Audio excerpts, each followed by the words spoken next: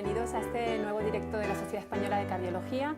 El año que vivimos con Fourier, repasaremos todo lo que ha pasado este año después de la publicación de este gran estudio con la colaboración de Amgen y Ferrer. Me acompañan cardiólogos y amigos, el doctor Juan Cosín, cardiólogo del Hospital Arnau de Vilanova. Bienvenido, Juan, presidente electo de la sección de cardiología clínica, que el otro día te dije que ya eras. Sí, ya eras, no. De momento electo. Muchas gracias. Pilar Mazón, cardióloga y amiga del Hospital Santiago, el Centro Hospitalario Universitario Santiago de Compostela. Bienvenida, Pilar. Y el doctor Ángel Sequier, que es el jefe del área de enfermedades del corazón y presidente electo de la Sociedad Española de Cardiología. Bienvenidos a todos y bueno, contaros que en este directo queremos repasar un poco todo lo que ha pasado este año en cuanto a todas las publicaciones que ha habido y también un poco ver o reflexionar sobre el impacto clínico y la aplicabilidad que le hemos dado a los resultados de este estudio. Vamos a poner la primera diapositiva, Víctor, a ver, en la que repasamos un poco lo que vamos a hacer como un guión.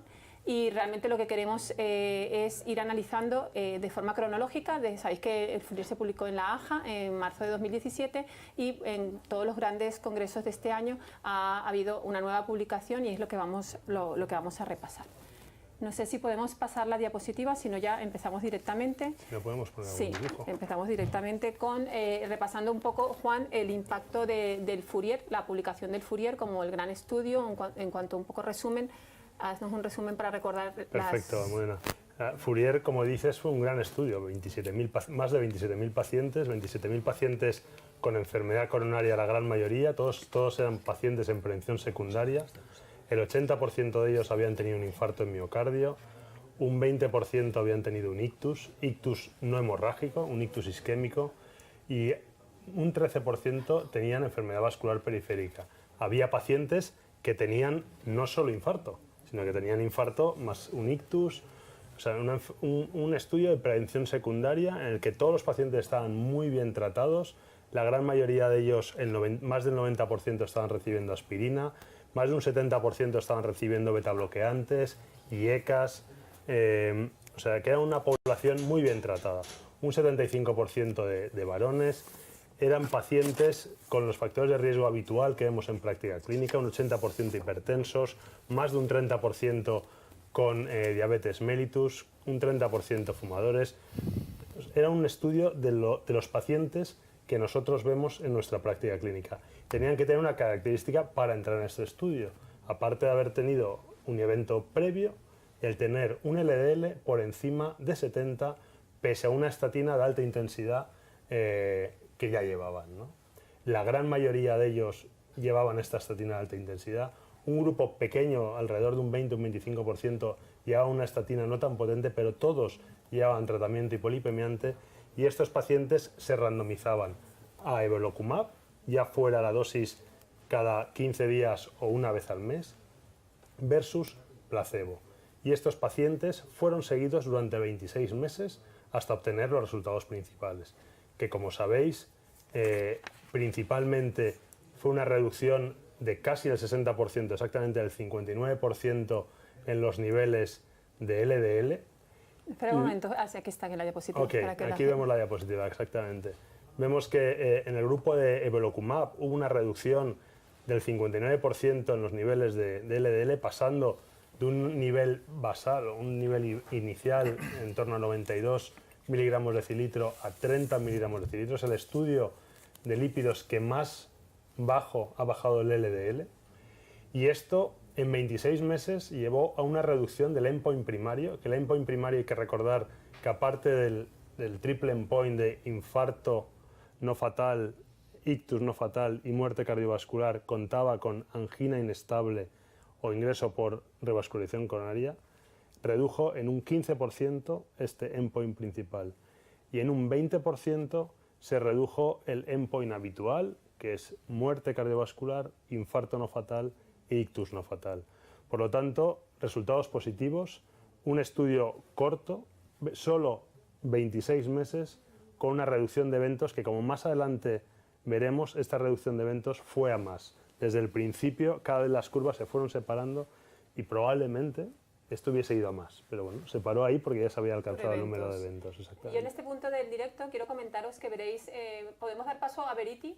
Verity es una ilustradora en la que nos va a acompañar a lo largo de este directo, haciendo como un roadmap de lo que todos estamos comentando, y probablemente luego tengamos en una sola gráfica el resumen de lo que vamos a hablar aquí.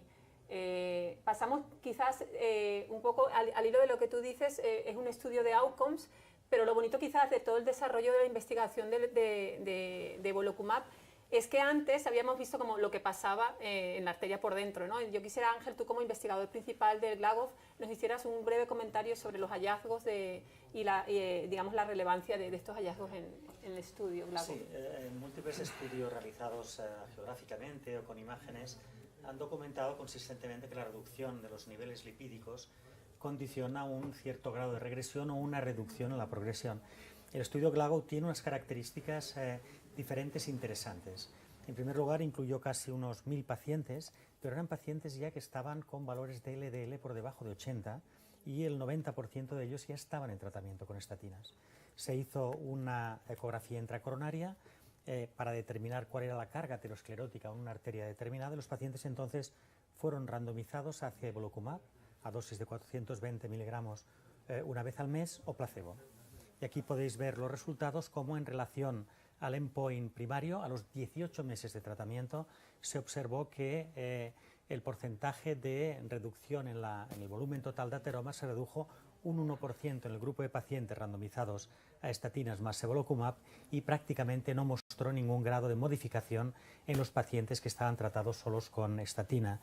Cuando se analizó el porcentaje de pacientes que experimentaban regresión, un 64% de los pacientes que estuvieron tratados con Evolocumab y estatinas mostraron regresión y solamente un 47% de los pacientes que estaban con estatinas y placebo.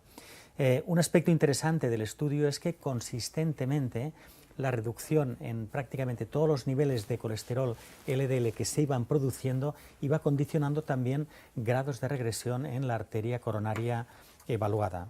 Y si ponemos la última diapositiva, quizás una diapositiva muy intrigante, en el sentido de que es un aspecto que no conocíamos previamente.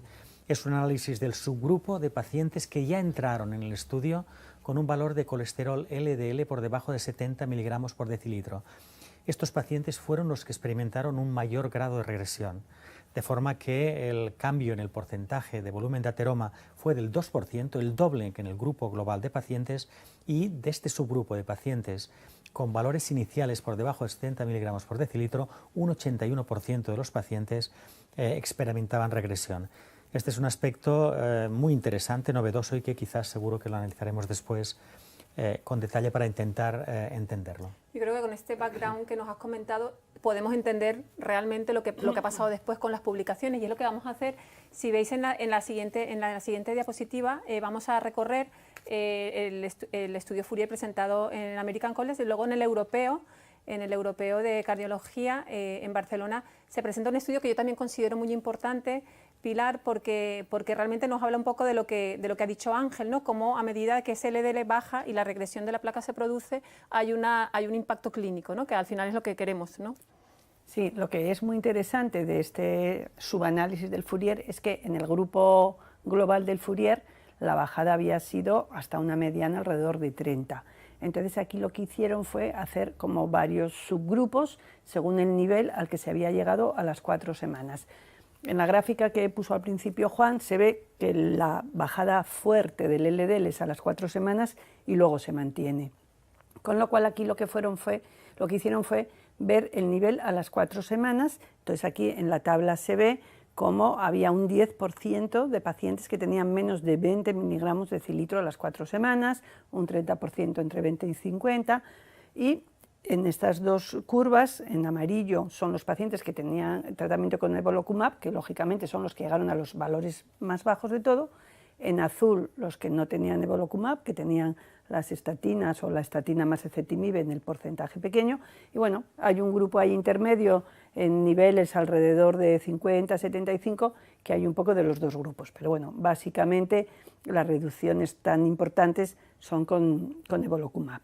Y en la siguiente diapositiva lo que vemos es cómo se cumple lo de cuanto más bajo mejor, ¿no? Con los estudios de estatinas habíamos llegado a niveles cercanos a 60, 70, incluso en el Improve-It habíamos llegado a 50 y pico, pero nunca se habían visto niveles tan bajos de LDL y sigue habiendo una reducción proporcional de los eventos cardiovasculares.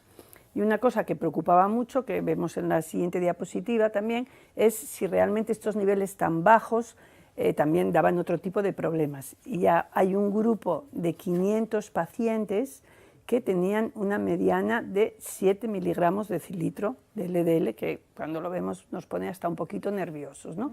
Entonces, se ve cómo, comparando los que tenían menos de 10 miligramos frente a los que tenían más de 100, hay una reducción tremenda, tanto de la variable principal como de la variable secundaria, ¿no? La que era solamente ictus, infarto o muerte cardiovascular, una reducción del 41%. Y además se analizaron 10 aspectos relacionados con la seguridad y se ve que en estos pacientes con menos de 10 de LDL no hay ninguna diferencia en eventos relacionados con la aparición de diabetes o alteraciones musculares, ni con el deterioro cognitivo, que era algo que también preocupaba tanto, ¿no? Con lo cual, total tranquilidad con estos niveles por seguridad y muchísimo mejor, muy buenas noticias por eficacia. Pues yo creo que ahora comentar un poco, después del europeo de cardiología vino el europeo de diabetes, ¿no? Y ahí también es importante porque yo creo que tenemos con el resultado del Improve-It, ¿no? Tenemos ese antecedente de que, bueno, y lo sabemos por otros estudios que no son de lípidos, que el paciente diabético es el que tiene más riesgo, ¿no? Entonces, sí queríamos saber ese subgrupo de pacientes diabéticos del Fourier que había pasado con ellos, ¿no? Entonces, si lo vemos aquí, sabemos que, como ya hemos hablado, ese paciente diabético va a tener más riesgo. Si lo ves en las gráficas, el paciente tiene más eventos, el paciente diabético, tanto en la rama de placebo como en la rama de bevacizumab, pero es verdad que la reducción en cuanto a porcentajes de riesgo relativo es la misma en pacientes diabéticos y no diabéticos. Lo que pasa es que al tener más eventos los pacientes diabéticos sí se ve como el evolocumab, lo ves ahí en la reducción del riesgo absoluto, casi el doble de riesgo, de reducción de riesgo absoluto en el paciente diabético. Esto nos hace un poco, digamos, reforzar ese concepto que estamos teniendo ahora, incluso después del Improve-It, ¿no? Como ese beneficio que hubo también en el Improve-It en el paciente diabético en cada uno de los endpoints, tanto en el endpoint combinado como en cada uno de los separados, y un poco lo que dicen la guía de los endocrinos americanos, incluso nosotros con nuestro posicionamiento del grupo de trabajo de diabetes, ese paciente de riesgo extremo diabético con enfermedad multivaso, revascularizaciones previas, cómo llevarlo más que de 70, llevarlo a 55, ¿no? Que es yo creo que es una posición que cada vez está más reforzada por la evidencia.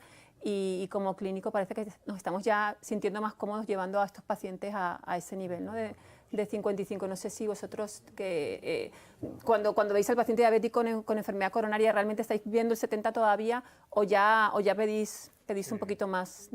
Yo creo que está claro. Los datos del Steno ya hace tiempo ya dijeron que el paciente diabético de lo que más se beneficiaba, lo que más reducía la mortalidad era la reducción de lípidos. En segundo lugar, el control de la presión arterial. Y esto, hasta hace poco decíamos que el paciente diabético reducíamos los eventos bajándole los lípidos y controlándole la tensión, hasta que no tuvimos los datos de EMPA-REC y demás, ¿no? Por lo tanto, y esto viene a reforzar esta idea, que el paciente diabético se beneficia mucho de un control estricto de los niveles de LDL y hay que ir en esa línea, o sea, me parece muy razonable. Hay otros subgrupos que luego veremos que también hay que ser más agresivos en el control de LDL porque tienen mayor riesgo y se benefician más de esa reducción intensiva de los niveles, pero está claro que dentro de esos subgrupos ya tenemos un farolillo, los diabéticos, ¿no? Con el paciente diabético, sí, ¿no? Claro. Y hablando ya de eso, yo creo que ya pasamos a la AJA y si queréis, vamos a empezar con la publicación o la presentación del estudio de enfermedad arterial periférica, que yo creo que los datos son también para comentar cómo esos pacientes que tenían enfermedad arterial periférica en el grupo, en todo el Fourier, que era en torno a un 13%, creo recordar, pues la mitad de ellos tenían enfermedad arterial periférica con antecedentes de ictus o enfermedad coronaria y la otra mitad sin antecedentes de ictus ni de enfermedad coronaria. Y vemos cómo estos 4 gráficos que he seleccionado yo, porque creo que son los más relevantes, aunque si leéis la publicación, tiene muchísimos resultados. Yo espero que eso que estamos viendo nosotros no lo ve el público, ¿no? Que es así, vale. Bueno, el primero es el endpoint primario, cómo se reduce en ambos grupos con enfermedad arterial periférica y evolocumab frente a placebo, y en los que no tienen enfermedad arterial periférica, pero cómo esa reducción es mayor, casi un poco extrapolando lo del paciente diabético, ¿no? Lo que comentábamos, cómo el beneficio del evolocumab es mayor en el paciente con enfermedad arterial periférica, con un 21% de reducción de riesgo relativo en ese grupo, en el endpoint primario, y en el endpoint secundario, que recordamos, como ha dicho Juan, era solamente muerte cardiovascular, ictus o infarto no fatal, cómo se reduce un 27% en los pacientes con enfermedad arterial periférica.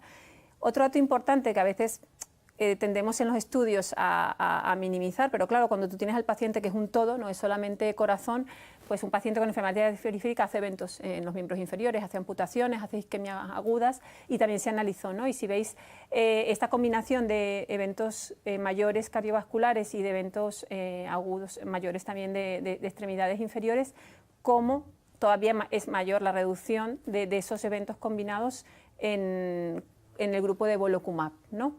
Y ya para lo último, que también estábamos, yo creo que es la que si queréis discutimos las cuatro, ¿no? Pero yo creo que la más, digamos, anecdótica o la más interesante de comentar es esta, porque los pacientes con enfermedad arterial periférica que no tienen ictus previos ni tienen enfermedad coronaria son los que más se benefician, con una reducción casi del 50% con evolocumab frente a los que ya la tienen. Entonces, bueno, yo creo que antes estábamos hablando de empezar el directo. Ángel, tú digamos, ¿qué conclusiones sacas o qué explicación, no? Probablemente es difícil, de entrada es difícil y llamativo el hecho de que los pacientes que tienen infarto de miocardio, los pacientes que tenían antecedentes, eran pacientes que iban mejor que los pacientes sin este tipo de afectación. Probablemente, y creo que lo hemos discutido, el perfil de los pacientes que tienen exclusivamente la enfermedad vascular periférica sintomática, sin sintomatología cardiológica, es posible que el grado de control, de evaluación o de actuaciones, que sabemos que muchas de ellas condicionan una reducción en eventos, sobre todo isquémicos, en este tipo de pacientes no estén tan bien seguidos, controlados o tratados. Es probablemente la explicación más racional dentro de este grupo de pacientes, pero realmente es llamativo este punto. En este mismo congreso, en el Congreso de la AJA, se presentaron en la misma sesión los datos de enfermedad vascular periférica en PERREG y los datos de enfermedad vascular periférica de Fourier, y fue muy interesante ver cómo la enfermedad vascular periférica se perfila como un factor, como un marcador, un factor de riesgo muy importante en el paciente coronario. Uno de esos lucecitas que tú decías antes para los diabéticos tiene que ser la enfermedad vascular periférica.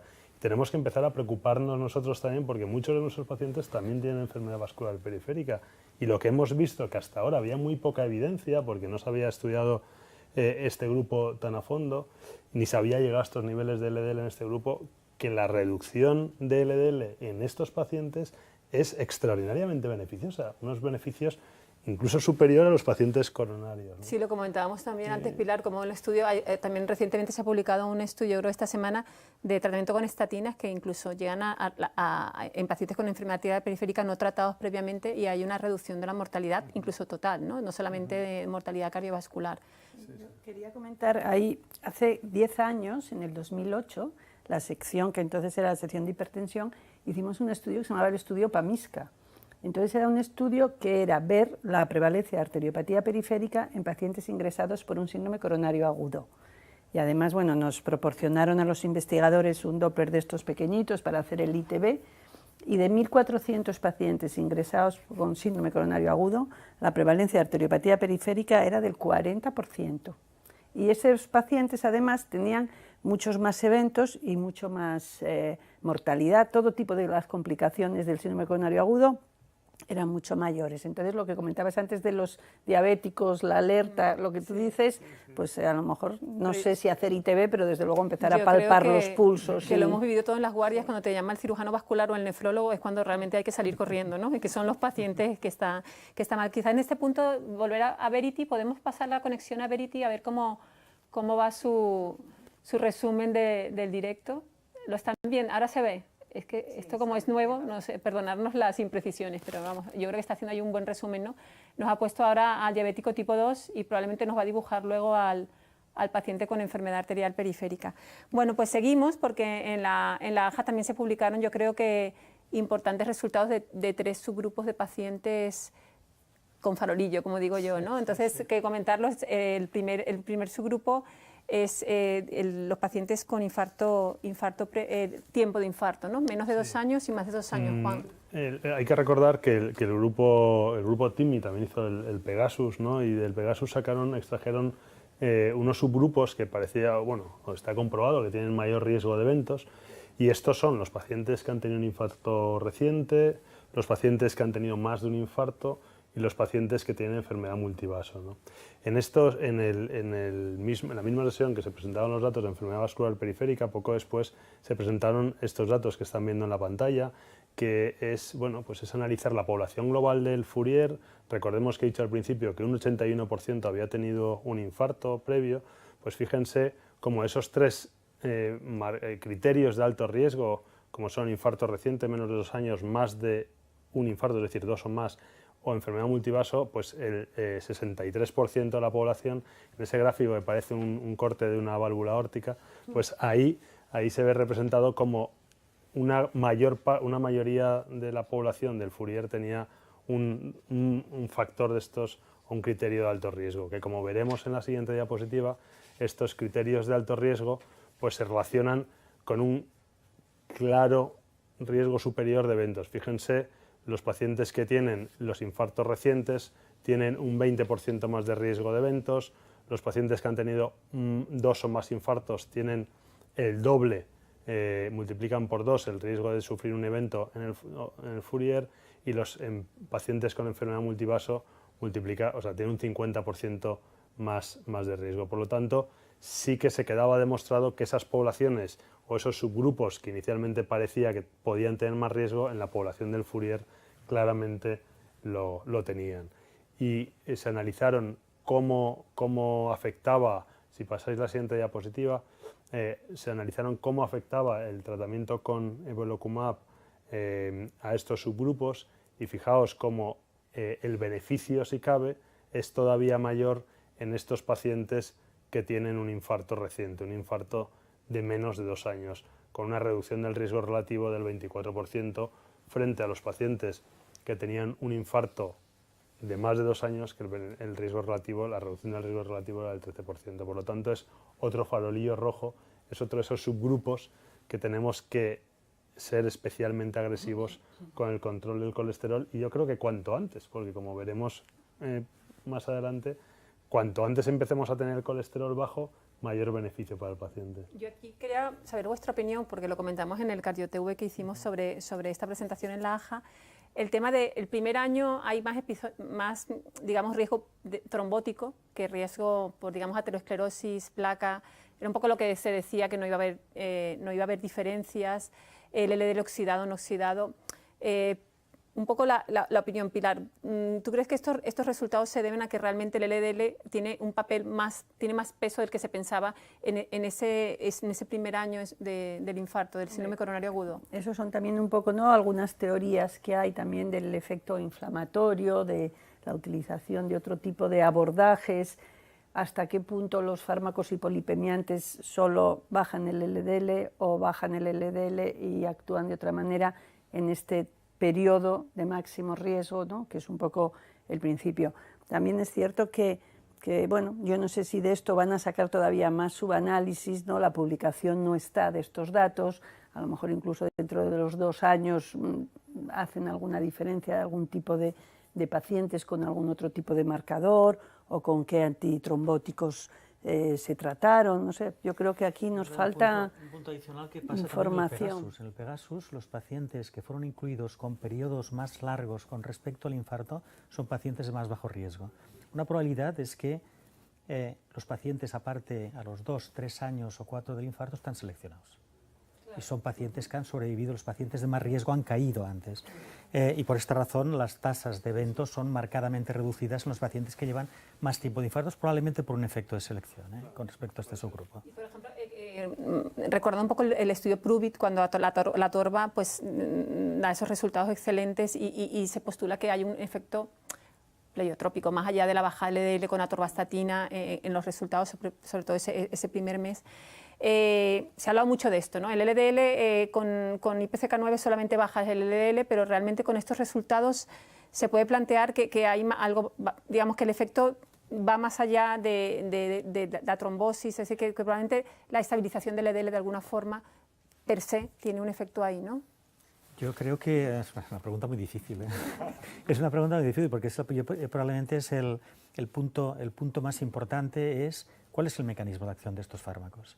Entonces hay cosas paradójicas que las veremos después posteriormente. El grado de regresión no es muy importante.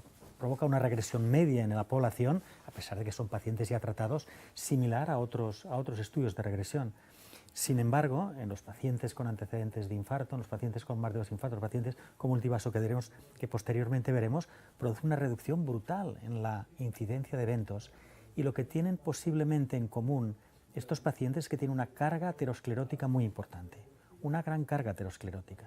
Es decir, a pesar de que no provocan grados importantes de regresión, en pacientes con carga aterosclerótica muy importante provoca una reducción de eventos muy importantes, probablemente por otros mecanismos paralelos a únicamente o exclusivamente la reducción del LDL. Yo creo que también es estabilización de la placa. Sí. La reducción del LDL al final lleva a estabilización de la placa. Esto es lo que pasaba con las estatinas, que hubo cierta alarma cuando se vio que los pacientes que tomaban estatinas tenían las placas más calcificadas, ¿no? Que inicialmente parecía que era peor, pero luego al final es estabilización de la placa. Y con esto puede ser lo mismo, ¿no? Cuando tú bajas mucho el colesterol, a lo mejor no se reduce tanto la placa, el tamaño, pero sí que se estabiliza, por lo tanto es una placa que no se trombosa, es una placa que da menos problemas, ¿no? Sabéis que todo esto se queda grabado y dentro de 5 años, cuando ya se sepa el mecanismo, dices, mira cómo se han equivocado o han acertado, ¿no? Eso... Bueno, esperemos que acertemos, ¿eh? Sí, sí. Bueno, pues esto también recordar que a las 12 de la noche se acaba digamos, la oportunidad de que tengáis para acreditar el curso, pero que esto se queda colgado en la página web de la SEC y podéis ver el directo las veces que queráis. Seguimos, Pilar, con el tema de otro subgrupo, ¿no?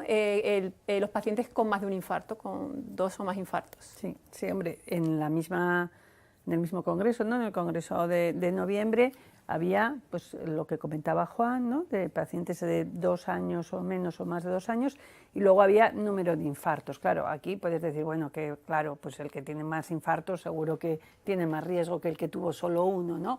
Pero bueno, a veces, estas cosas también a veces hay que ponerlas en papel y hay que ver, ¿no? Cómo el que ha tenido 2 o más infartos, pues se ve la reducción de riesgo relativo de un 21%, mientras que el que ha tenido un infarto, pues tenía pues de un 8 a un 6,6. Como comenté antes, estos datos no están publicados y probablemente se les vaya a sacar muchísima información y muchísimos datos cuando los veamos en papel, ver si hay características de los infartos, ver cuándo fueron también esos infartos, ¿no? O sea, un poco mucha más información, pero bueno, esto va insistiendo en lo que estamos viendo de pacientes de mucho más riesgo, de criterios de alto riesgo, de carga aterogénica, que son un poco a los que va a tener que enfocarse la eficacia. Por este ¿no? resultado, que un paciente que ya ingresa en la coronaria con un segundo infarto debería salir de alta con una recomendación de IPCK9. Bueno, eso... Ángel se ríe porque preparamos el directo y luego saco preguntas que... No. Me río porque son preguntas que deberíamos salir de aquí con la respuesta al menos sugerida, ¿eh? Pregunta, perdón. Sí, pero bueno, también vamos un poco a lo de siempre, ¿no? No tenemos ninguna información ni ninguna evidencia de empezar con estos fármacos en una fase tan aguda como que ya salga de la unidad coronaria después del segundo infarto. Una recomendación, ¿no? Pero bueno, valorar a este señor con un segundo alerta, ¿no? Paciente de altísimo riesgo, criterios de muchas complicaciones, el LDL hay que bajarlo, vamos, con lo que sea. Es concienciarnos que el LDL tiene que estar lo más bajo posible y especialmente en estos pacientes, ¿no? Luego están las dificultades que luego hablaremos de prescribir estos fármacos según los niveles y demás. Ahora vamos con el paciente con multivaso, ¿no? Para el cardiólogo intervencionista. Sí, yo creo que es un comportamiento de las curvas, si podemos ver la diapositiva, un comportamiento de las curvas prácticamente similar. Pueden ver a la izquierda y además posiblemente es el subgrupo de pacientes que tiene más reducción en las tasas de eventos. En valores absolutos es una reducción del 3,4% y en valores relativos un 30%. En los pacientes sin enfermedad multivaso la reducción alcanza o está bordeando el nivel de significación estadística.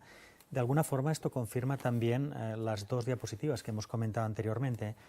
Pacientes con una gran carga aterosclerótica tienen mayor incidencia de eventos y yo coincido absolutamente con Juan en el sentido de que probablemente este fármaco lo que hace es pasivar o estabilizar placas ateroscleróticas. El multivaso y el paciente con varios antecedentes o con varios infartos como antecedente es un paciente con una carga aterosclerótica con muchas placas potencialmente a inestabilizarse y donde, a pesar del limitado grado de regresión, pues inhibe de alguna forma la posibilidad de estos eventos coronarios.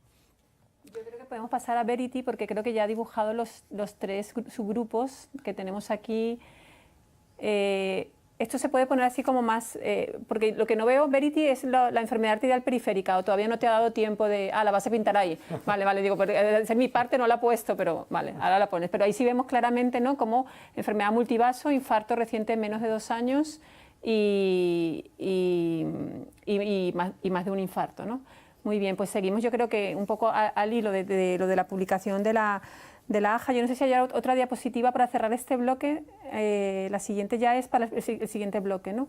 Un poco comentar con todo esto que tenemos, que realmente creo que es impresionante todo lo que han publicado. Yo, en cuanto que han tocado un poco el perfil de todos los pacientes y todo esto, qué ha pasado. Y ya vamos a nuestra práctica clínica diaria, vamos cada uno a nuestros hospitales. ¿Cómo habéis podido aplicar esto? Barreras, dificultades que habéis tenido para aplicarlo y vuestra opinión del impacto real que ha tenido en la práctica clínica, Juan. A ver, decías dificultades.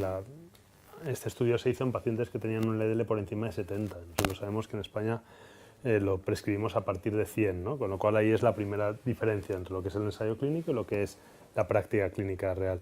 No obstante, cuando un paciente lo tiene indicado, yo no he tenido dificultades, no tenemos mayor limitación más que cumplir los requisitos habituales. Sí que es cierto que hay que hacer un poco más de papeleo, como es lógico y tal, pero yo creo que los pacientes que realmente lo tienen indicado, los pacientes que tienen estas cifras de LDL por encima de 100, que ha tenido un infarto, que ha tenido un evento cardiovascular, yo creo que estos pacientes el beneficio es evidente, el beneficio es claro. Podemos poner la bombillita en alguno de ellos, que es lo que hemos estado diciendo. ¿A quién le ponemos la bombillita?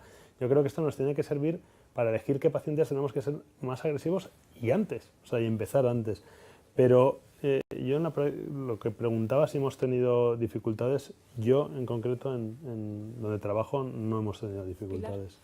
Nosotros tampoco, vamos, si seguimos la normativa que tenemos, en nuestro centro se aplica las recomendaciones del IPT que hay del Ministerio y cumpliendo eso no tenemos problemas. Lo que dice Juan, trabas administrativas, y luego sí que también es cierto que esto hace también que la gente sea a lo mejor más cumplidora, porque a mí, yo los que he puesto no me han rechazado ninguno, pero tengo algún compañero que han revisado puntualmente si el paciente era cumplidor, si retiraba los fármacos, etcétera, y si no se comprobaba, algunos lo han rechazado. Pero bueno, si se cumplen los criterios, Nosotros sí hemos tenido problemas hay una barrera importante por parte de la Administración, aparte del visado, aparte de que se requiere el pase por una comisión hospitalaria que se reúne aproximadamente cada 15 días.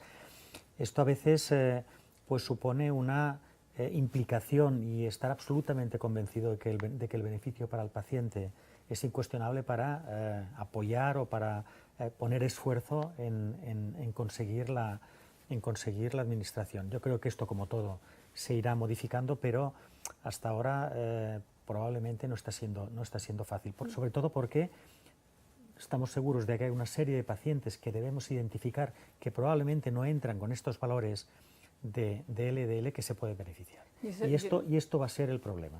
Yo me siento totalmente identificada con Ángel porque a nosotros nos pasa lo mismo en La Paz. Es lo que dices, tú tienes que estar tan convencido de hacerlo porque es verdad que te quita tiempo y te da trabajo, ¿no? Entonces, es verdad que no es poner una receta, es sentarte, ver los LDLs previos, tienes que demostrar esto.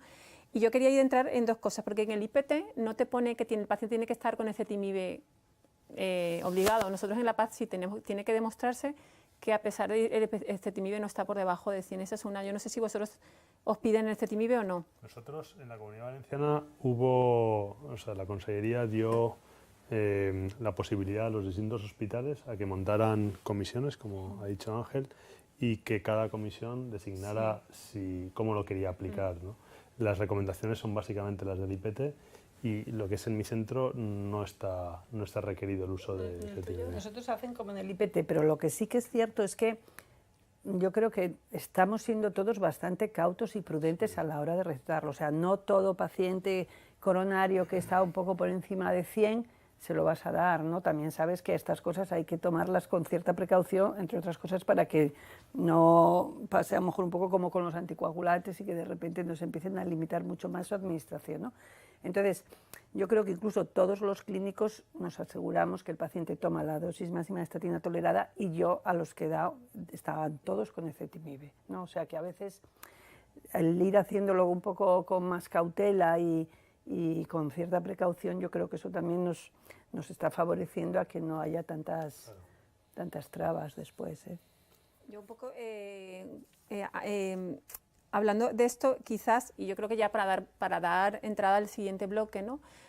Quizás todo lo que estamos hablando y lo que nos han enseñado estas publicaciones de estos subestudios es que, como dices tú, Pilar, más que tratar un LDL, una cifra, habría que tratar el perfil del paciente, porque yo creo que si volvemos a las diapositivas que me he saltado, Ángel, y las comentas, se ve cómo las ponemos, el riesgo del paciente aumenta según tenga más factores, ¿no?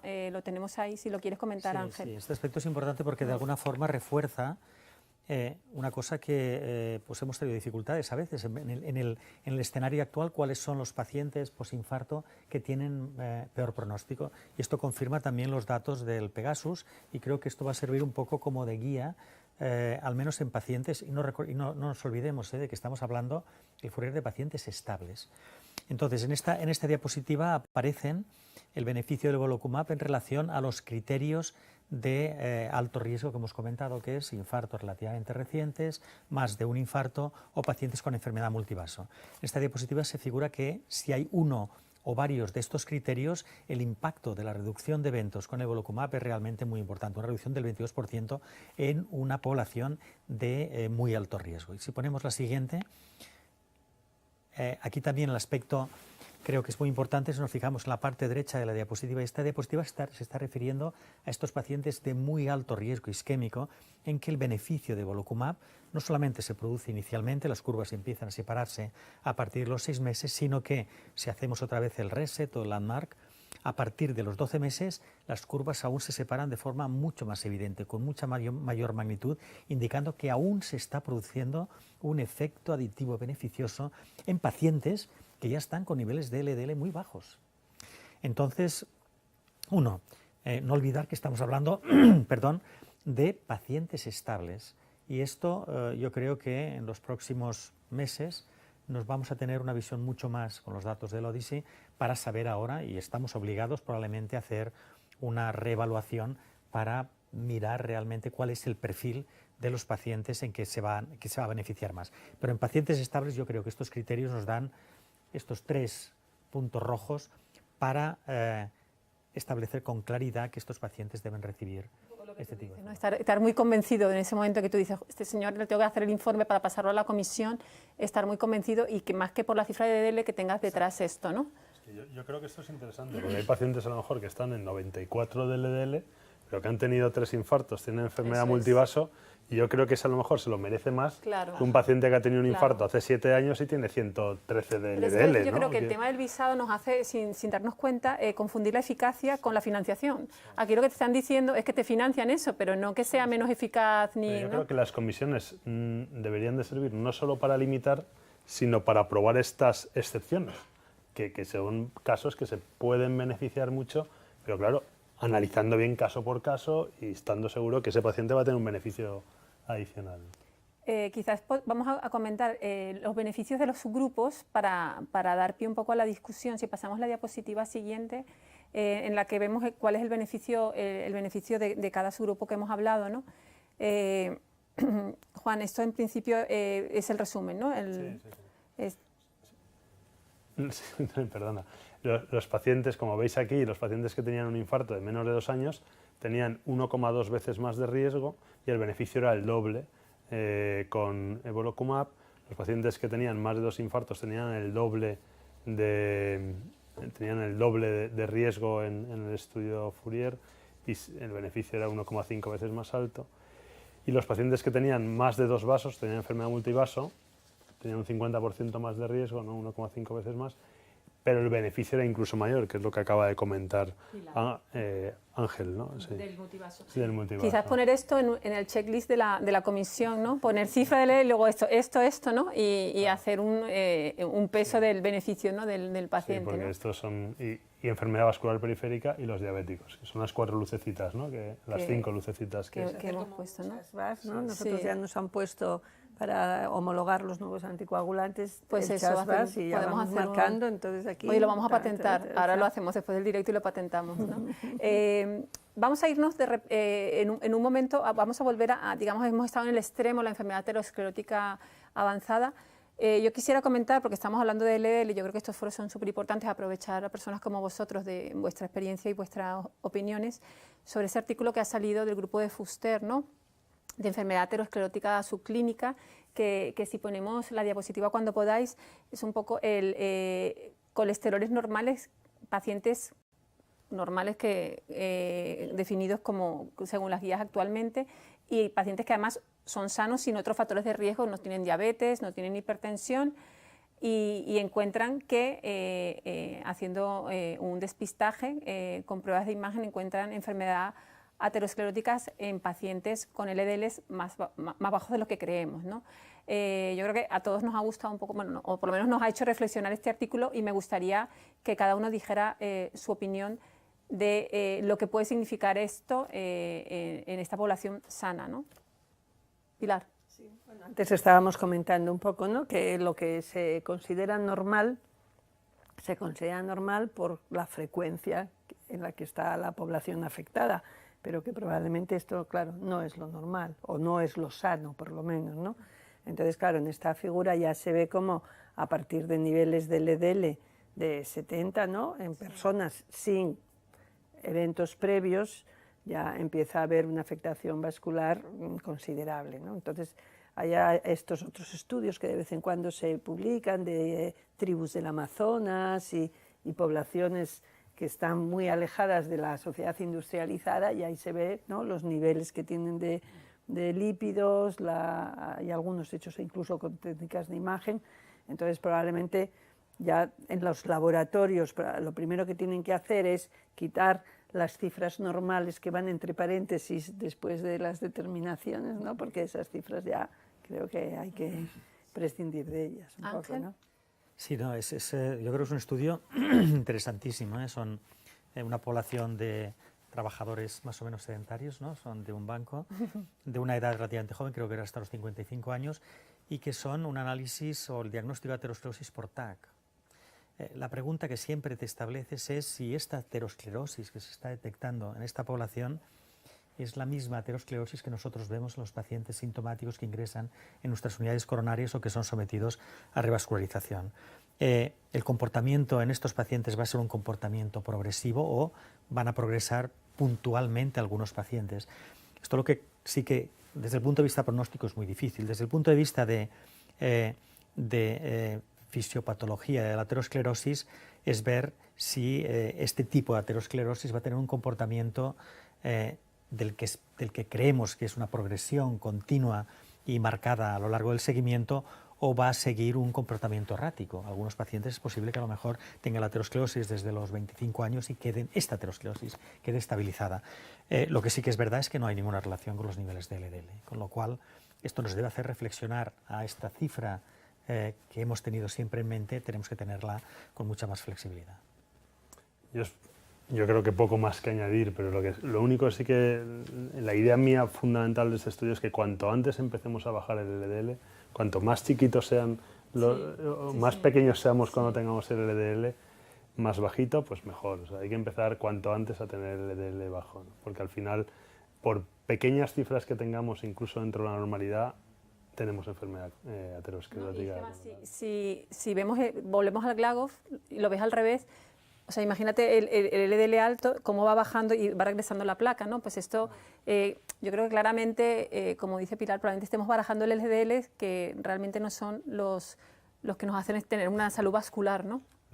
Estos datos se complementan muy bien con los datos de Ferenc, de las randomizaciones, ahora no me sale, mendelianas, perdonad, que claramente vemos que los pacientes que tienen algún alelo con LDLs más bajos desde el nacimiento tienen mucho menos riesgo de enfermedad coronaria o de eventos coronarios con el tiempo, pero claro, son pacientes que han tenido el LDL bajo desde su nacimiento, ¿no? Y con eso reducen las tasas de eventos en un 50% o más, ¿no?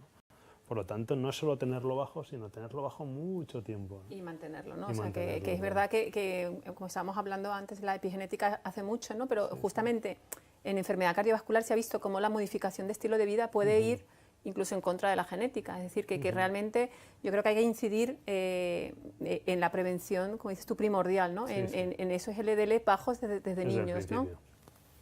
Pues yo creo que ahora un poco vamos a plantear realmente lo que subyace en todo esto, que es el cambio del paradigma, ¿no? Es como antes comentamos un poco el beneficio cardiovascular de los fármacos antidiabéticos nuevos, ISGLT2, GLP-1, independientemente de la glicada. ¿Podríamos hacer esa extrapolación? Es decir, cambiar el paradigma y más que tratar una cifra, tratar un perfil de paciente. ¿Cómo veis eso? ¿Es muy disruptivo?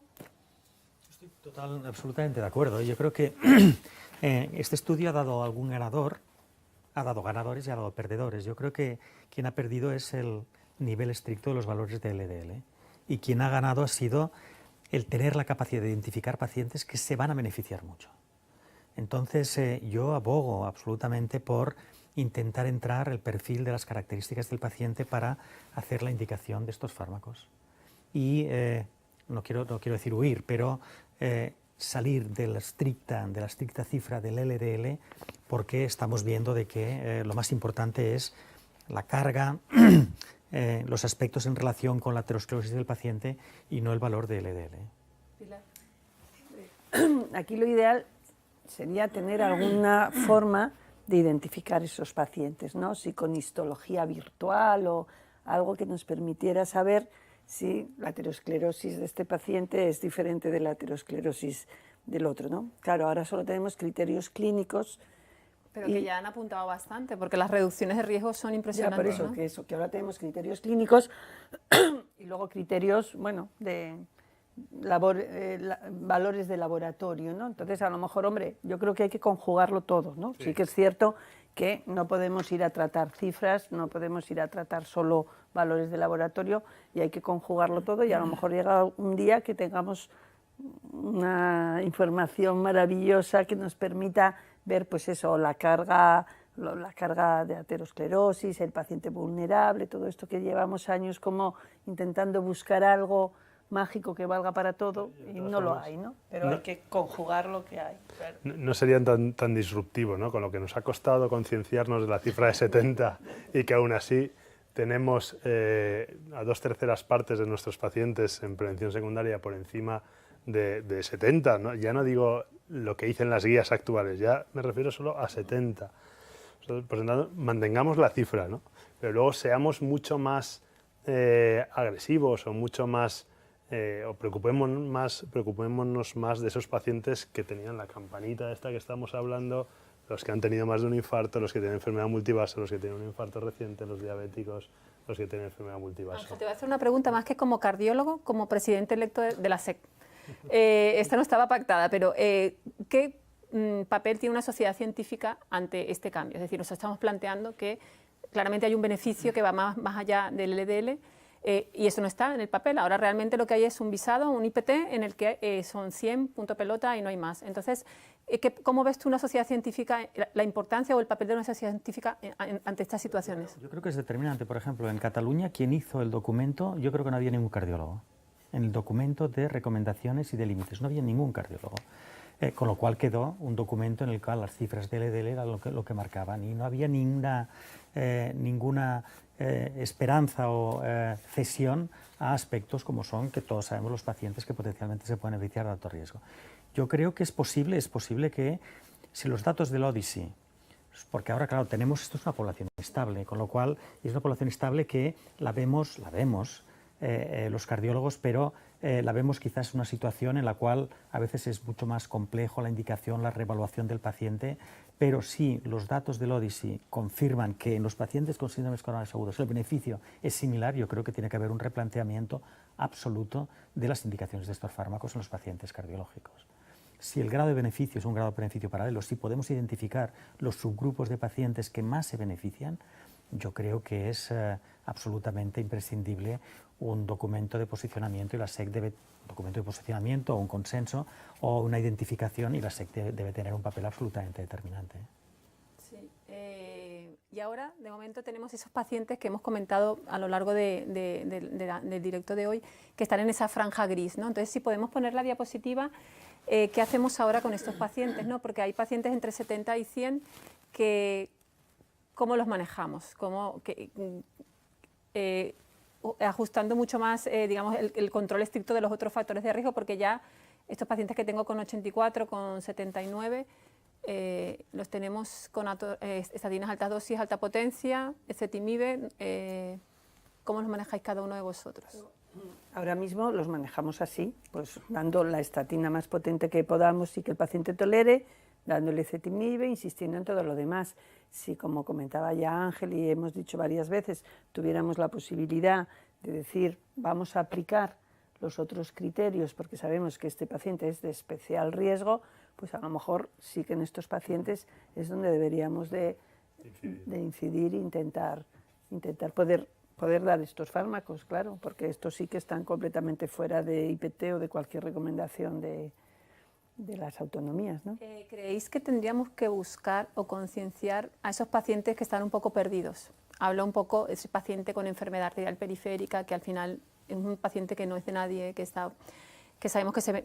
Es decir, ¿cómo encontramos pacientes que potencialmente podrían beneficiarse y no se están beneficiando? Porque, de hecho, en el Fourier, cuando empieza, o sea, la enfermedad arterial periférica se empieza a tratar por estar en el Fourier, pero no estaban tratados previamente por tener enfermedad arterial periférica. Digo eso como puedo decir los ictus también, ¿no? Pacientes con ictus, la aplicación de la prevención secundaria más allá del paciente coronario, porque comentamos también que quizás el beneficio brutal en enfermedad arterial periférica es porque realmente son pacientes que son naif, ¿no? Y le das el beneficio pasas del nodo de nada a todo, ¿no? ¿Cómo hacemos para rescatar esos pacientes o, digamos, hacer una campaña de divulgación para que esos pacientes de otros especialistas, hacer grupos multidisciplinares, pero realmente concienciarnos de que hay más pacientes que tienen que tener LDL por debajo de 70, aparte de los pacientes que han tenido un infarto de miocardio? Sí, yo creo que los cardiólogos ya tenemos esta barrera, o sea, poco a poco vamos superando esta barrera y poco a poco vamos dándonos cuenta de que es fundamental estos pacientes tenerlos bien controlados. Muchos de esos pacientes están en primaria y hay que hacer campañas de detección. Yo creo que la formación es muy importante. Es muy importante concienciar a nuestros compañeros de atención primaria y yo creo que tenemos que ser nosotros los que tenemos que liderar esto, que concienciar a nuestros compañeros de atención primaria de la importancia de esos pacientes que han tenido eventos, que están por ahí libres, que no lo está siguiendo nadie, que tienen que hacerse un control analítico anual. Eso es una de las cosas que llaman la atención. Nosotros analizamos en nuestro departamento cuántos pacientes tenían un análisis de LDL al año, pacientes que habían tenido un evento coronario, y era la mitad. La otra mitad en el último año no habían tenido una determinación de LDL. Por lo tanto, si no se mide el colesterol de estos pacientes, pues no lo vamos a saber, ¿no? Y yo creo que esos pacientes, el primer contacto, el contacto más cercano, es el médico de atención primaria. Creo que tenemos que ser nosotros los que enganchemos con la atención primaria y crear campañas en nuestro entorno. Sí, hombre, aparte de atención primaria, que desde luego es la base de todo, yo creo que ahora que empieza a haber datos, sobre todo, por ejemplo, en enfermedad arterial periférica, ¿no? Ya empieza a haber, hubo datos en diabetes, hay datos con estos pacientes, aunque sea otra estrategia completamente diferente, con algún anticoagulante. O sea, que realmente empieza a haber datos muy objetivos y entonces ahí hay que implicar a los cirujanos vasculares, sí, a los demás especialistas que hasta ahora, bueno, no vamos a decir que no tuvieran armas de prevención, pero bueno, a lo mejor no habían visto los resultados tan claros como estamos teniendo ahora y yo creo que desde luego primaria es básico, pero también también estos otros especialistas, ¿no? Sí. Los pacientes del Fourier con enfermedad vascular periférica son pacientes con enfermedad vascular periférica sintomática, son llevados por los cirujanos vasculares. Y los cirujanos vasculares, que son excelentes profesionales en muchos aspectos, el aspecto de tratamiento médico es un aspecto probablemente que les preocupa menos, y quizás es nuestra obligación, porque de alguna forma los que deberíamos, y esto es una pregunta también, liderar mayoritariamente la indicación, la identificación de los pacientes, las adecuadas indicaciones de estos fármacos, yo creo que son los cardiólogos. Deberíamos también trasladar esta información a los pacientes con vasculopatía periférica sintomática, y los neurólogos los cirujanos vasculares deberían conocer estos datos con profundidad, porque los cambios que he comentado, los cambios son espectaculares desde el punto de vista de reducción de eventos isquémicos. Yo quiero, si podemos poner la siguiente diapositiva, como un poco, vamos a poner a Verity, que nos hemos olvidado, que va muy adelantada. Verity, ya tenemos todo, ¿no? Sí, casi todo ha terminado. ¿Y la enfermedad arterial periférica? A ver, que si yo no la veo, estoy empeñada, pero ahí está, ya la hemos encontrado. Sí, genial. Bueno, pues un poco, quizás quedan 2 diapositivas, quería comentar una porque lo ha tocado Juan, es decir, no solamente es llegar al nivel de colesterol LDL, es hacer una analítica, porque es que hay que mantenerlo. ¿Y por qué hay que mantenerlo? Porque yo creo que en esta gráfica claramente se ve, Ángel, si la quieres comentar, cómo ese beneficio se mantiene en el tiempo, incluso no se mantiene, sino que aumenta, ¿no? Esto es importante porque el Fourier, la reducción de eventos que produce son infarto y accidente cerebrovascular. No tiene incidencia en la mortalidad, ni incidencia en las hospitalizaciones, es las diferencias significativas. Este es un aspecto probablemente que traduce la pasivación de estas plagas ateroscleróticas. Pero el aspecto quizás más interesante es que a los 12 meses de los pacientes estar con niveles de colesterol LDL como media en el estudio de 30 miligramos, los pacientes siguen presentando eventos durante el seguimiento, y la reducción que provoca en los eventos con levolocumab es realmente espectacular, con lo cual esto abre, desde mi punto de vista, una comprensión de la aterosclerosis un poco diferente a la que conocíamos hasta ahora. Pensábamos de que actuando inicialmente se pasivaban, de que los problemas aparecían en las fases iniciales, pero esto es espectacular, de que pacientes con colesterol como media de 30 miligramos sigan presentando eventos. Y además lo que es curioso y llamativo es que la bajada es en las 4 primeras semanas. O sea, baja las 4 primeras semanas y luego se mantiene todo el tiempo. Entonces quizá toda esa estabilización realmente se necesitan esos niveles, ¿no? Esas diferencias son contra pacientes que tienen 90 de LDL, que son reales, exacto, que son lo que pretendemos mantener en muchos casos. Yo quisiera dar paso ya a las preguntas, que tenemos muchísimas. Voy a empezar con una pregunta de mi amigo Alfonso Valle. Dice: nuestra gran incógnita, el tratamiento triple, LDL menos de 30, nos creemos arterial lipídica y dejamos toda la medicación, retiramos ezetimibe, retiramos estatina, ¿qué hacemos? ¿Quién quiere contestar? Pues yo hace poco, una paciente que está con este tratamiento se colocó en 16 de LDL. Y la verdad es que me asusté un poco, tengo que reconocerlo. No se colocó bueno, ella, porque no se lo indicaste. Tenía atorva, ezetimibe, atorva 80, ezetimibe, tenía más de 100 de LDL, mujer joven, con varios eventos, etcétera. Bueno, bajó y llegó a 16. Y en 16 me asusté un poco y le quité el ezetimibe. Fue antes del Congreso Europeo. Si llegara a ser después, yo creo que no se lo hubiera quitado. Bueno, se lo quité, y las siguientes veces que la vi se mantiene entre 30 y 40, ¿no? Entonces yo ahora no quitaría nada. En ese momento quité el ezetimibe. También hay que decir que la fórmula de Friedewald a esos niveles de LDL es muy variable, ¿eh? O sea, por debajo de 30 la fórmula de Friedewald calcula muy mal los niveles de LDL, por lo tanto puede estar en 30, que puede estar en... O sea, no sabemos el LDL, si hiciéramos el LDL directo podríamos tener otros datos. Por ejemplo, en el Fourier sí que lo hicieron, ¿eh? Los que tenían el LDL muy bajo o que tenían triglicéridos muy altos, hicieron, en vez de utilizar la fórmula de Friedewald, ya hicieron cálculo directo. Cálculo directo. Pero yo creo que la respuesta es muy compleja, o sea, es la pregunta que tenemos muchas veces, bueno, no muchas veces, pero bastantes veces.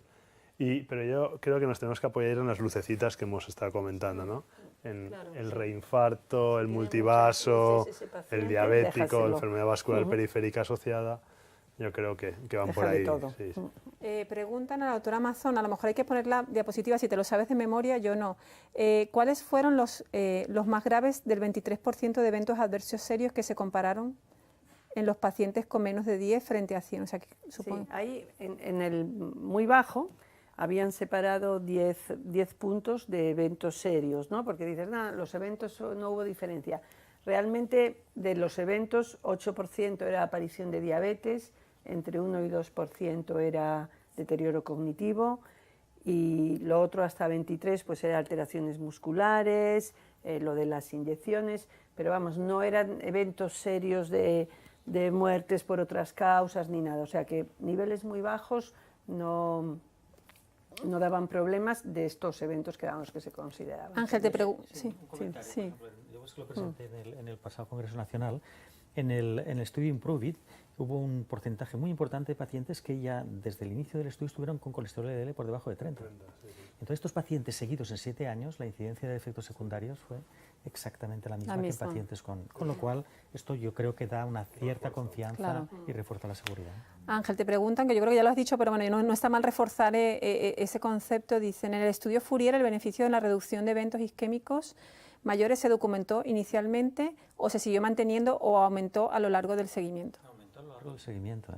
La reducción en los riesgos relativos aumenta durante el seguimiento. Los primeros 6 meses no hay diferencias con respecto a la tasa de eventos, es a partir de 6 meses que las curvas empiezan a separarse y la máxima separación se va produciendo de forma progresiva, es decir, un efecto aditivo beneficioso adicional. ¿Cuántos pacientes fueron incluidos con infarto menos de 2 años? ¿Cuántos pacientes con infarto en menos de 2 años? Yo creo que era un 40% que tenía infarto. No, creo no, era un 40%. Con menos de 2 años. Sí. Y luego ya ponen con menos de 1 año, pero con menos de 1 año no está sé. Puesto. A ver, los pacientes en el Fourier se incluían a partir de los 6 meses del evento agudo, ¿no? Por lo tanto, tenemos el dato desde los 6 meses hasta los 2 años, que creo que era el 43% exactamente. Aquí ya nos preguntan, pues que también hemos comentado, ¿en algún caso se plantearían iniciar estatina con alta intensidad y evolocumab tras el alta de un síndrome coronario agudo? En pacientes con hipercolesterolemia familiar, pacientes que tienen cifras muy altas, pero a día de hoy yo creo que no podemos, porque tienes que demostrar que con la estatina, por lo menos con el IPT y con las limitaciones de financiación. Le pregunta a la doctora Mazón sobre si estos resultados son aplicables en las mujeres, ya que el grupo de Fourier, el porcentaje de varones fue un 75%, pero vamos, yo creo que con este razonamiento casi nada sería aplicable a las mujeres, porque siempre hay más, ¿no?, en los estudios. Claro, de todas maneras, hace unos años hubo una especie de... En Estados Unidos exigían un mínimo porcentaje de mujeres, ¿no? Claro, según la patología que estudies, hay más o menos... Aquí hay un 75% de varones que en los grupos, además de infarto tal, eran más, eran hasta 78. Pero sí que es cierto que, por ejemplo, los datos del Fourier global, aunque no sale en la publicación original del New England, sale en el apéndice por subgrupos, ¿no? Y mujeres había 6.000 y pico. Y era incluso un poco mejor los resultados en las mujeres que en los hombres. Entonces, bueno, supongo que tarde o temprano también saldrán publicaciones de las diferencias de género, etcétera, y en las estas por infarto, aunque hubo el porcentaje de mujeres de las incluidas por infarto eran menos, pero supongo que los niveles... Es que hay que recordar que el Fourier tenía más de 27.000 pacientes, que un 25% es un volumen que muchos ensayos clínicos eran ya... 6.000 y pico mujeres, sí, o sea que eso también da para... Yo creo que este dato que antes, repasando el directo, lo comentamos, ¿cuál es el riesgo y beneficio en reducción del LDL en el grupo de pacientes que tienen los tres factores de riesgo, o sea, menos de 2 años, multivaso y reinfarto? Yo creo que ese dato no está, ¿no?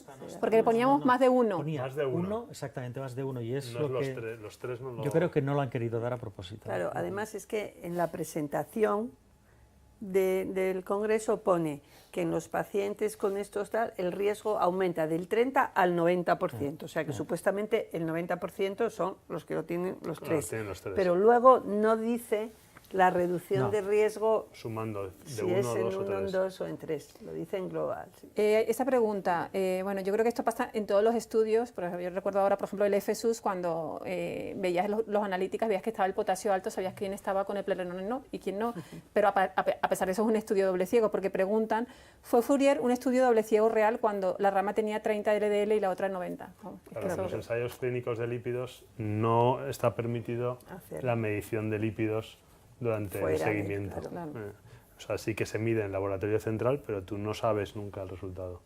Y bueno, sí, alguna vez a alguien se le mide, pero teóricamente no se debe no sabes medir. el fármaco que lleva. Yo creo que ya para terminar y empezar ya con las conclusiones que cada uno quiera aportar, si ponemos una última diapositiva, conectamos primero con Verity, así volvemos un poco locos a Víctor. Primero Verity.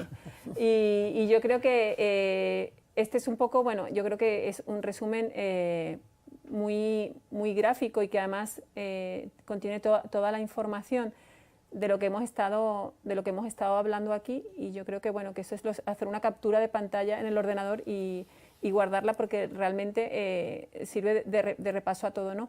Y claramente vemos ahí un poco los tres subgrupos de pacientes que se benefician, luego el paciente con enfermedad periférica, el paciente diabético, y cada uno de los puntos que hemos tocado aquí, ¿no? 70, 100, el perfil del paciente, y pasamos a la diapositiva final, que también es un poco el resumen, ¿no?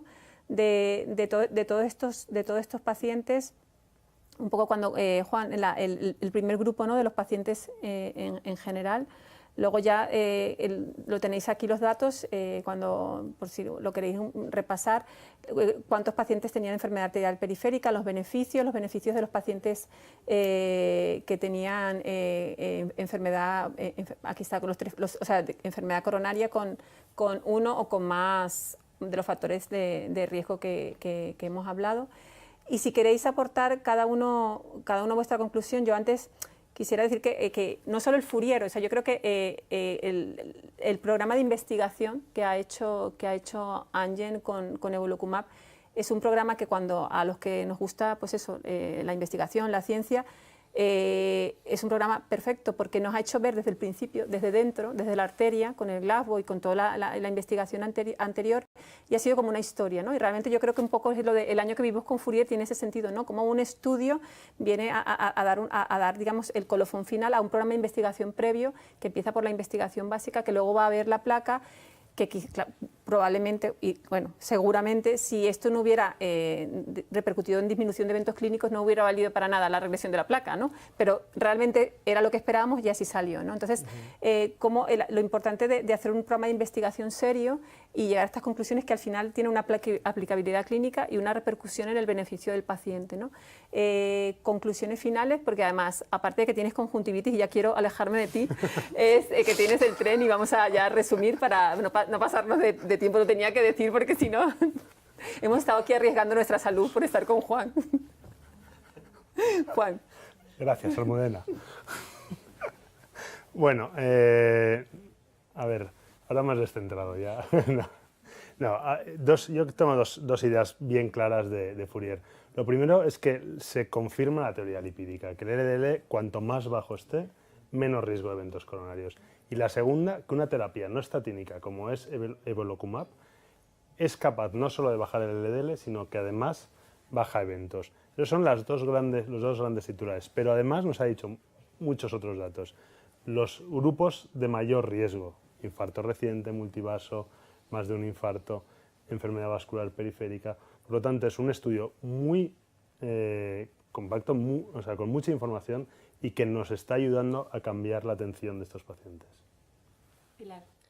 Bueno, la verdad es que a mí me ha encantado que me invitarais, porque me ha permitido hacer un repaso de todo el Fourier, todos los subanálisis, lo que estaba publicado, lo que no. Entonces, de lo que yo más o menos comenté, me quedo con la tranquilidad de los niveles tan bajos y la ausencia prácticamente de complicaciones, de efectos adversos, etcétera. Y de lo que no revisé yo directamente, lo de la arteriopatía periférica. Me parece que es muy interesante, son pacientes, no voy a decir que olvidados, pero su patología periférica poco tratada, y yo creo que ahí sí que hay que poner no una, sino varias lucecitas rojas para estos pacientes. Ser el último me queda muy poco que decir, realmente no. Pero quería incidir en 2 puntos. Uno, no os olvidemos que es una población de bajo riesgo. Globalmente, el Fourier es una población tremendamente estable, pacientes con antecedentes de tiempo con infarto agudo de miocardio, es una población de bajo riesgo y a pesar de ser de bajo riesgo, los beneficios que se obtiene con los inhibidores, con este inhibidor, es realmente espectacular. Y sobre todo porque en gran parte es un beneficio que al menos apoya mucho en aspectos fisiopatológicos, más carga aterosclerótica, más beneficio. Esto yo creo que nos tiene que ayudar a perfilar los pacientes que claramente se van a beneficiar. Aspecto que no es frecuente, que las compañías en muchos estudios multicéntricos que son muy caros siempre han sido un poco reacias a ofrecer o a identificar estos pacientes que más beneficio tienen. Yo creo que esta presentación de este año aporta desde el punto de vista clínico asistencial una información muy, muy importante. Muy bien, pues la verdad que yo estoy encantada porque he aprendido muchísimo y yo creo que fundamentalmente más que los datos teóricos es desgranar y dar opiniones prácticas, ¿no? Porque la gente que ocupa 1 hora y media de su tiempo en vernos, pues realmente quiere respuestas a preguntas prácticas, ¿no? Como hemos planteado aquí. Recordaros que la actividad está acreditada por el Comité de Acreditación de la SEC con 1,5 créditos y que al finalizar el directo podéis acceder al formulario a través del botón que se encuentra en esta página debajo del reproductor. Y que el formulario está, como hemos dicho, hasta las 12 de la noche, luego ya no os podéis acreditar, pero que se quedará colgado el directo para que lo podáis ver cuando podáis. Dar las gracias a Amgen y a Ferrer por la colaboración en la logística y bueno, agradeceros a todos vosotros el tiempo que habéis empleado en escucharnos y de verdad que espero que Verity, tenemos que pasar a Verity, me dice Víctor, vamos a pasar a Verity para despedirnos. Yo no sé si se puede, pero yo sugiero que esto debería, o sea, de alguna forma dejarlo como un documento gráfico y que se pudiese entregar y llevarlo en el bolsillo de la bata, porque a mí me parece increíble, o sea, me parece un repaso y es muy gráfico, ¿no? Realmente es que ahora estudian así. Yo el otro día entré en el cuarto de mi hija, 16 años, estaba estudiando y la vi, digo, pero si esto es lo que vamos a hacer en el Fourier y realmente es muy visual, ¿no?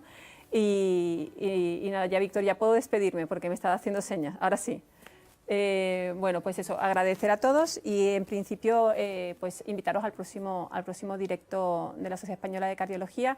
Recordar que los fármacos tienen un papel fundamental en todo esto, pero que la prevención no se entiende sin modificación del estilo de vida. Ya sé que soy muy pesada, pero que todo esto pasa por hacer ejercicio físico, dieta mediterránea y volver a los orígenes de toda nuestra cultura mediterránea, que va más allá de sentarnos a tomar lácteos desnatados, sino que es una cultura, ¿no?